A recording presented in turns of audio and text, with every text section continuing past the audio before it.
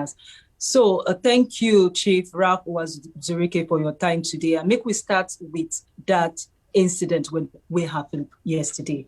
How you react when you hear the news about the attack on the prison and the police headquarters for Owerri yesterday? First and foremost, you get one thing where you say now. You say na police or I think IG will say na IPOB will do am. IPOB don't come say no be them do am. And for IG to talk say na IPOB will do am, in they wrong. IG or police they're wrong because you come institute investigative panel. You are not supposed to preempt the panel. Now that panel where you ask to find out the thing where it happened. Now them go say the people where do it. Because the people where they say now them do it. Don't come say they no be them do it. So it's very, very wrong. That's the only correction I want to do there. And so, because not be only the IGP talk that one, and the reason why I mentioned them now because like when we carry the news in the morning, like when you say nobody fear identify who those people will carry out the attack be, but the IGP later come out to say they don't find out saying that this group of people do harm, and even the governor of the state, Governor Hope Uzodinma, also make mention of the same things. So waiting you go tell the governor of the state, where also joined the IGP to talk, saying that this group of people carried out the attack yesterday. Okay, and only IGP where I hear him on, I know hear that of the governor. But whatever be the case, all of them should have waited until the investigation comes out. If you know the people will do them, what did they put investigation again? If I allow them now, since you know the people will do them, the investigation go tell us, look at the people will do them, or look at how they do them. Look at how they know to do them.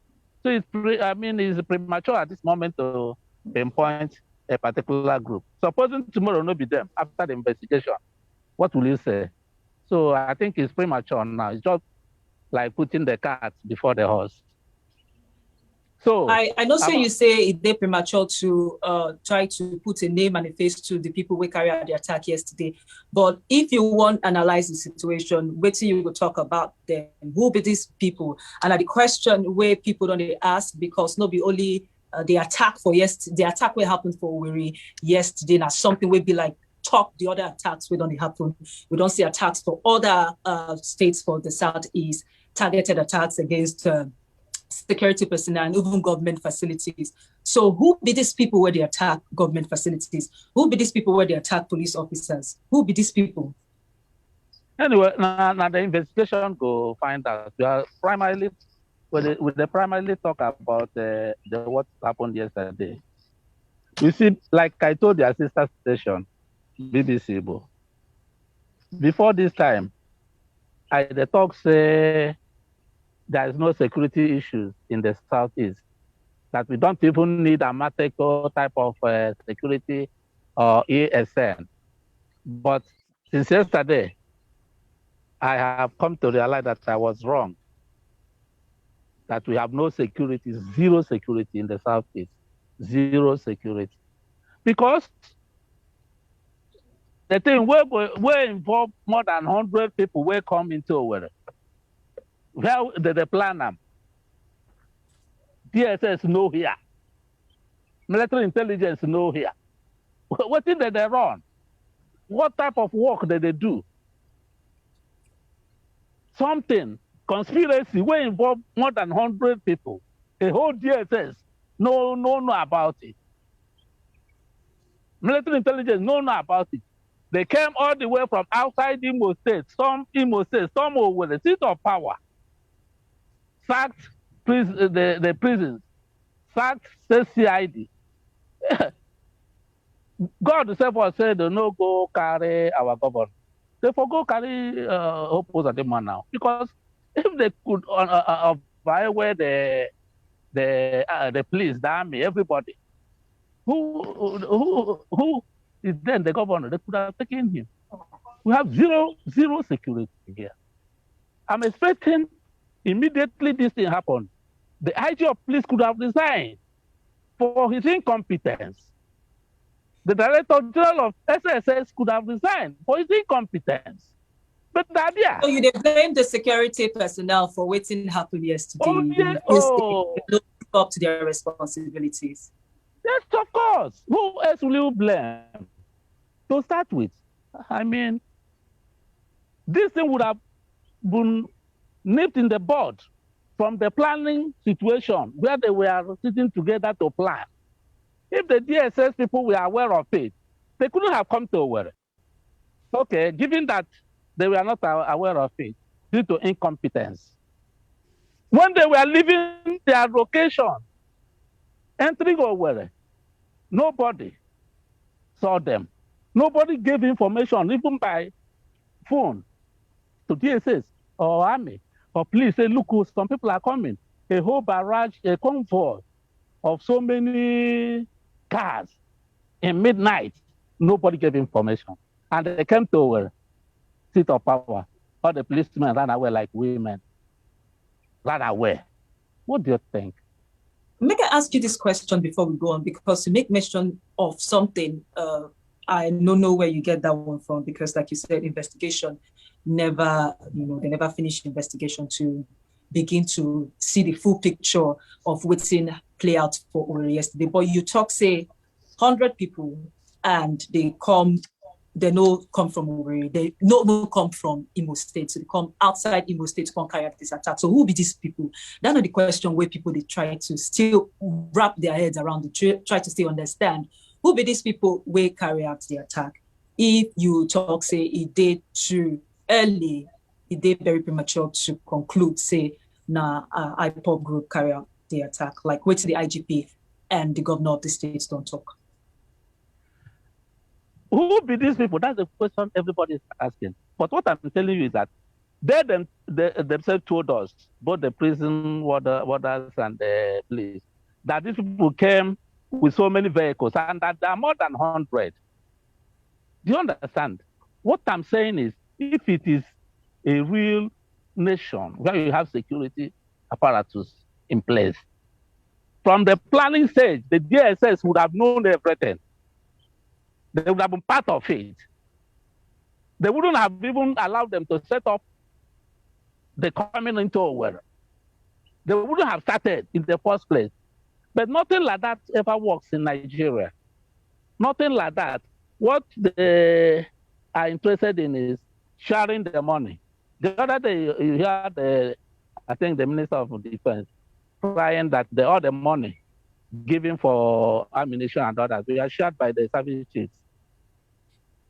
Otherwise, why are these things not in place in Nigeria? Just like our president, they go London to treat himself, as if putting such hospital in Nigeria is abominable. It's an abomination to have it. He prefers going to London every time. So all of us who don't have money to go to London, we die here. So you see, that's the problem we have here. There's no security. If a group of people, up to 100, can conspire, stay on their own, and plan such a thing, and the state security is not aware of it, which country are you having? I'm asking, what type of country is this? Make we go back to the earlier the issue where don't cause some sort of controversy. Who be the people where do am? So the reason why some people go conclude or go try point finger to the IPOB now because of they go say some kind of statements or comments where the leader of that group don't make in the past. They go talk, say those comments, it's like ginger in people to carry out actions or steps to protect themselves or to do some things where they against the state. How you go respond to that? Before I respond, let me ask you a question. The one where they killed for Ebonyi State, who killed them? Have they investigated? Did they give us the leaders, the names of the leaders? Where do am? Why is this one so extraordinary? Because they want to protect their hegemony. No, maybe because the leader of that group don't make some kind of comments. Please wait, let me tell. Excuse where me, please. say that he go ginger in members to take some action. Excuse me. We are living in a garrison where the federal government is interested only in protecting those who are in prison, protecting police station that doesn't work for anything. These people who killed our people in the Ebonyi State, have they been charged to court? Have they been investigated? Why is this? In this one, nobody died though. The people were so benevolent that they didn't kill anybody.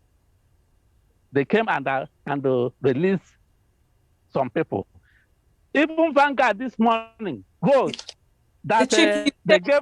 Wait, can you allow me to talk? I don't like people talking when I'm talking. Please allow me to talk. Who invited me to this? Okay, sir. Vanguard wrote this morning. I read that IPOB gave 2 weeks notice to the prison of the authorities that they should release their members. 2 weeks notice, assuming that it was IPOB and they gave 2 weeks notice. Will you say you didn't know about it? See, they came and released their members. That you say you are security, you have security. What type of relation is this? So all these things we are doing in Nigeria, you should treat equals equally. You must bring justice to play if you want equity, if you want peace. Our people are killed in Ebonyi State. No inquiry. The Ebonyi State governor was crying like a baby on the social media, begging for justice. It was just of late that the vice president went there. But just yesterday, within 24 hours, Buhari, from his hospital bed in London, has condemned it. He never condemned that of Ebonyi State. He has already given instruction that the perpetrators must be brought to book. He has never given instructions for the perpetrators of Ebonyi murder, mass murder, should be brought to book. What type of country is this? Okay, want me to stay here and start condemning Nnamdi Kanu? I will never condemn it. I will not. Because these people are doing it as if we are not human beings. Our people are killed. Intense. About 30 or so people killed. Nobody has done anything. Then a police station was burnt. Prisoners released. Then the whole nation is boiling. For what? For what? These people who died are not human beings. So I finished. Okay, sir. Okay, Chief. So what I wanted to say was that so you subsequently mentioned it, the president is not in the country, but the vice president don't visit Ebonyi State, and the investigation they on to find out what really happened for Ebonyi State. And just to say clearly, that what happened for Ebonyi State, of course, no be news way per single 1 year. People die, and the life of every Nigerian actually supposed to matter. But some people go ask, because of what you say the group of people who attack the prison, they only release some prisoners. Now, not from all of them. They release all the prisoners.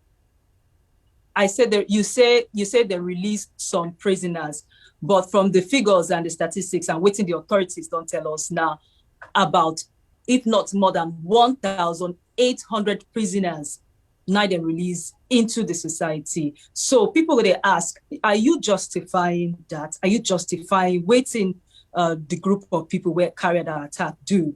How do you defend the fact that over 1,000 prisoners, about 1,800 prisoners, like they tell us, they at large now in the society? I'm not justify. I can never justify violence. I believe in non-violence. I cannot never justify any violence. Hello? We can hear you, Chief. Okay, fine. But what I'm saying is, it is the bad system that brings bad people. That's what I'm saying. In a situation where people are killed, the perpetrators, the government pretends as if they are not aware or they don't know the perpetrators. No serious investigation is going on. Then you have another situation somewhere, a lesser situation. You begin to tackle that situation. Let me ask you a question. How many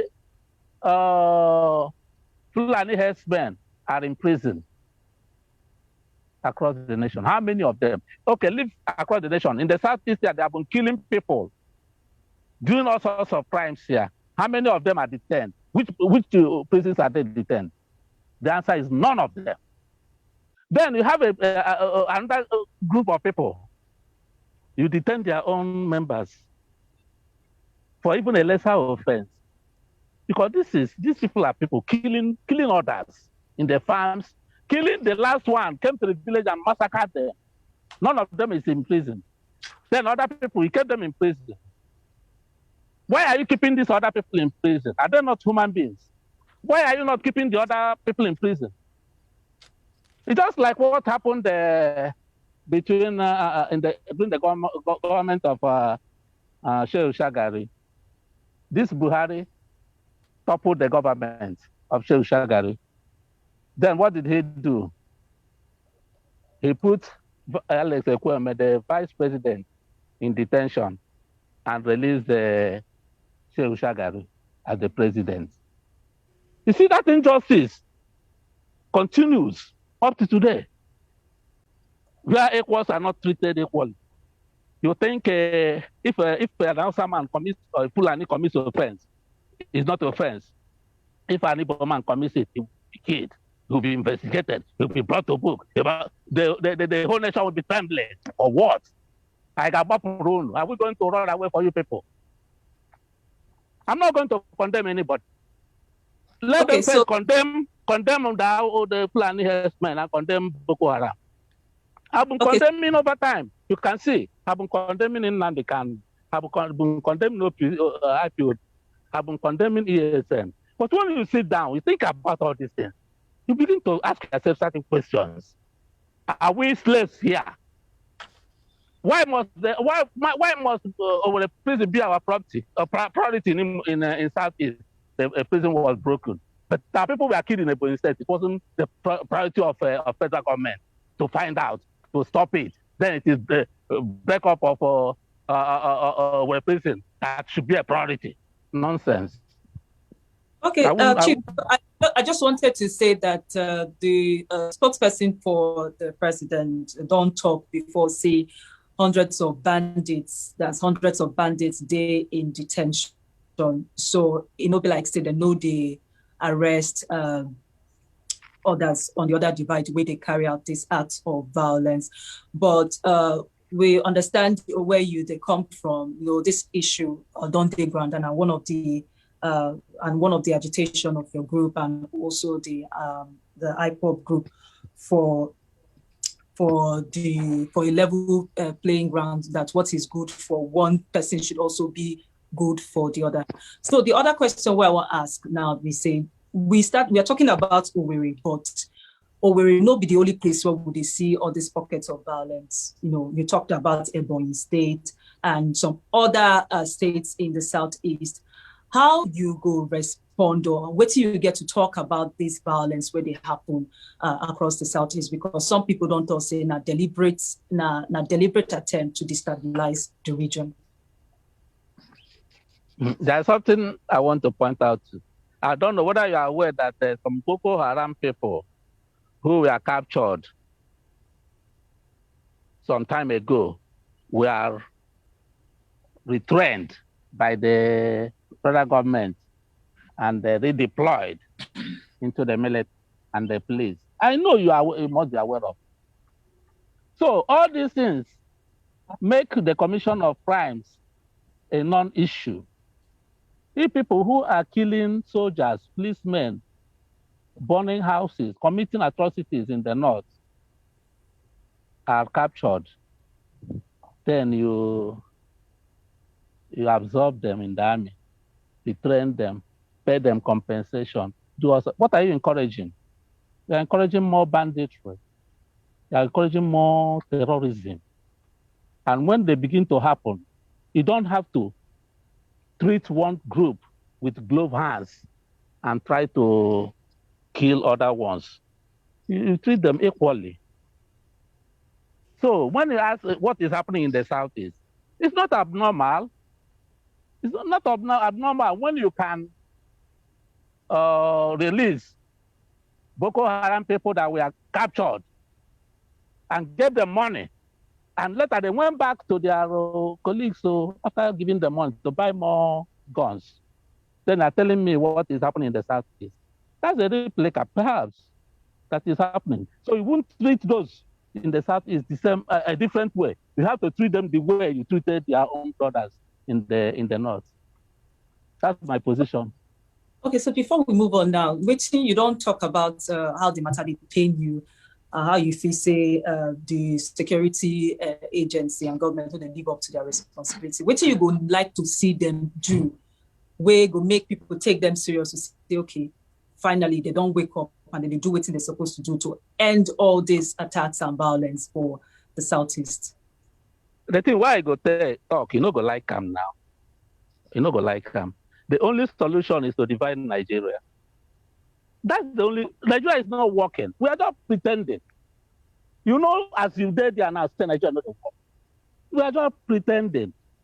In a situation in a country where you have the 5 service chiefs are from one tribe, Fulani, and they're not doing anything. They're just there for nothing. This IG now, when they talk, he's telling you, don't finish you. The president returned him back to do another 3 months. As if he's the only person in Nigeria that service police work. But look at that. Is he competent? The answer is capital no. He's incompetent, grossly incompetent. But he's returned because the Fulani man. As if there's no other person in Nigeria that can do that job. So you see that the society we are trying to protect doesn't want protection. The best thing is for all of us to go our different ways. But through non-violence anyway, I will never support violence. Okay, and that brings me to the next question, Chief.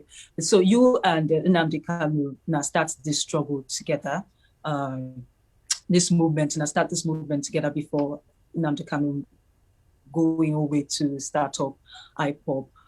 Some people don't criticize the way he did go about and because you talk about you never support violence.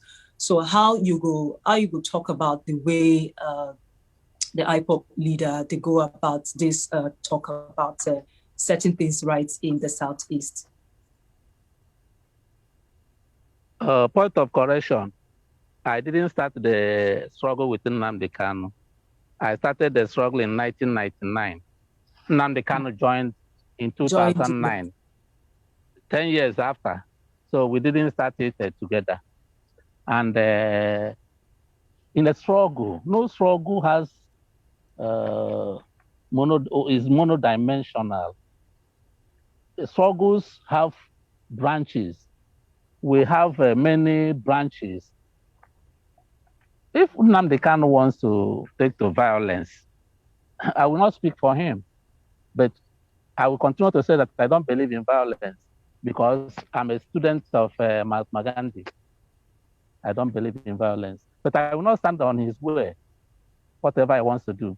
But where I feel pissed off is when you begin to treat our people, the Igbos, differently from how you treat others. Then, for instance, we are talking of Boko Haram. People who are killing, we know the number of Nigerian soldiers Boko Haram have killed. The few people they gathered, they captured, you said you give them amnesty, you retrain them, you put them in the army, put them in the police, give them money. What are you encouraging? What are you encouraging? Then, if there is ESN in the Southeast, within 24 hours, you put up a statement from London where you are on sick bed, how they will be exterminated, how they will be killed, how they done it, how as in what now, as what? I don't know human being. But we are own people. You are not treating them that way. To the extent that cattle rearers, Fulani headers said that the president is their grand patron. The president didn't come out and say, no, I'm not your grand patron. No. He didn't denounce it. Up to today, there is nowhere in the southeast or any other place where you say in a court, you see cattle bearers or whatever being tried, or a place where they're detained. But you are detaining other people. I mean, it doesn't work that way now. Nobody will support that one. Okay, sir. So the next question I'm going to ask is still talking about what happened in Owerri yesterday, because as we talk, if we go by waiting the authorities don't tell us, over 1,000 prisoners they at large now, this society, they don't know where they live. We never hear any updates about their efforts to bring them back in. So, but waiting we don't and concerns from some residents about waiting this one will mean, in terms of security. Some people don't talk about their fears and their worries, not only for Imo State, but some other states for that region where some of these people go take refuge. How you react to that, or how that issue make you feel? It's a general issue, general problem. In Nigeria today, people are talking of restructuring. Through restructuring, you can have a police system, where a policing system where the states can handle their security system. The same establishment, those who believe that the owners of Nigeria will not buy into it, because they think whatever they like is what is going to happen. Nobody is going to listen to structuring. Nobody is going to listen to self-determination. Let everybody go his way. They want one Nigeria. Okay, make this one Nigeria work. Let us see.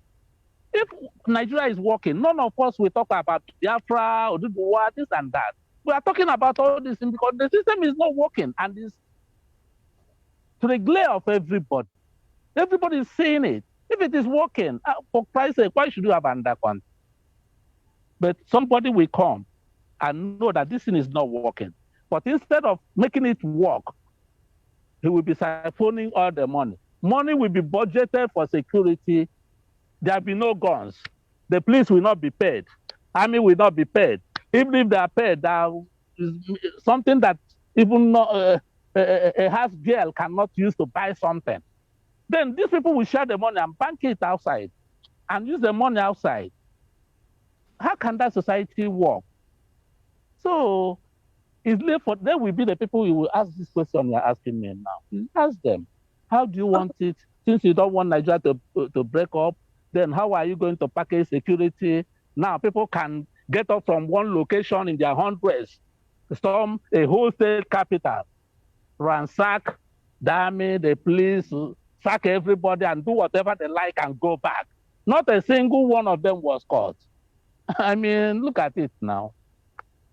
Okay, Chief. So how do you respond to this argument? Some people don't say the Southeast governors, they talk too much, or they somehow quiet about waiting they happen for the region.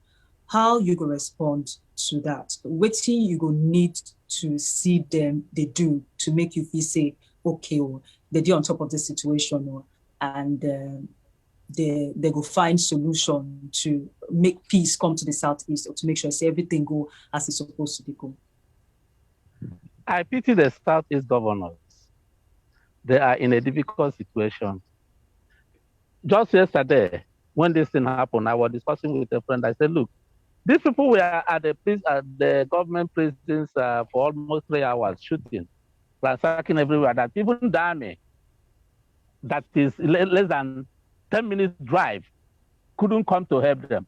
My friend reminded me that they required a presidential fiat to come out, that according to the constitution, that the president has to give the order. I remember this too. So in a situation like that, will you blame the governor? The governor who is in his house, the policemen that are supposed to protect him ran away. The army was somewhere, they were not to come out. How do you want the governor, what do you want the governor to do? Same to other governors in the Southeast. You see what is happening? I'm telling you of a situation where one tribe has the 5 service chiefs that don't know anything about security. And look at the security situation in Nigeria. They continue returning them, changing them with the same tribe. So are you going to blame the Southeast governors? What are they going to do? They use what? Okay, look at just of recent, because of what happened. The IG brought more policemen to Imo State because something has happened. He brought more policemen to Imo State. They are the people commanding. They are the people holding everywhere. They are the people from only one tribe, Fulani, dictating what happens in Nigeria. I think more questions should be asked them and not any other person. We are just a conquered territory. But our position is, if we cannot live in this, our territory that we have been conquered, allow us to go now. He don't want us to go through non-violence. He don't want us to go through violence. Then come and kill us now. Okay, Chief. So this should be like the final question, except something else come up. Election will happen for Anambra State towards the end of the year. Waiting all these things when they happen for the status, with all the violence, all the state, the attacks and all that, how all these ones go affect the election and what it mean? What concern me concern Anambra election. Nothing concern me. Am I contesting an election? You should ask politicians. We are talking of life and property. Lives and property. That's what we are talking. Before election, is a living person that will vote or be voted for. When we achieve security, we talk of election. If there is no security, okay, assuming that, okay, look at Soludo, the other day he was campaigning. People went there and shot at his security men. 3 of them died on the spot. Has it been resolved? It has not been resolved. Nobody has come out to give a clear picture of the whole thing. So the society is, all these people are only interested about Chief, yes, that is what. I asked the question about the election, Chief, because of waiting history don't show us. During election time, we see some kind of violence, they increase during election time. And if we don't start to record this kind of things for the Southeast this time, when election period never reach, waiting will happen that time. And they ask this because of the position of the people, not even because of the election or the politicians, but the impact on the people. You see, my sister, let me tell you something. I'm a freedom fighter. I think about the welfare of my people. I'm not a politician. I don't answer things I don't have interest in. You see, I want security first because that is what pertains to my people. I don't know about some people who are contesting election. If they are contesting election, that's what Nigerians want. Election, that's what politicians want.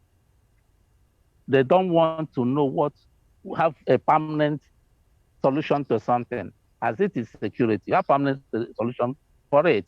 But once it is the election period, makeshift arrangements, clamp down while you're voting and all that. They bring hand-picked people. They will say, they have been elected, that the new governors, that this and that and that, when it is not the situation. So I don't speak over nonsense, over things I know that don't even happen in the first place. So I will not talk about Anambra election because I know that you're so interested in security.